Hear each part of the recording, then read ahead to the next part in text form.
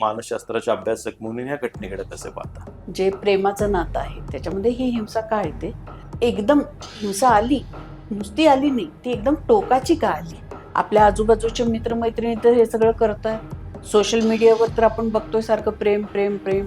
दुसऱ्यावर हा अधिक बोलतोय का किंवा ती अधिक बोलतीये का, मग सारखं पाळत ठेवायचं, मग रुसवे फुगवे, हे सगळं चालतं. ह्या सगळ्याचा अर्थ मुलांना त्याचं माझ्यावर किती प्रेम आहे किंवा तिचं माझ्यावर किती प्रेम आहे असं वाटत असतं.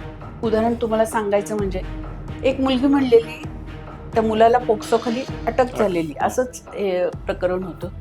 मी माझ्यासाठी तो काय काय बी करल, त्यानं 2 हाफ मर्डर केलेत माझ्यासाठी, मला त्योच पाहिजे. की आपल्याला आपल्यासाठी दुसऱ्याचा जीव पण घेऊ शकेल असा माणूस आपल्याला आकर्षक का वाटतो? आपल्याला असं का नाही वाटत की हा आज इथं जीव घ्यायचा प्रयत्न करतोय, उद्या माझा घेईल.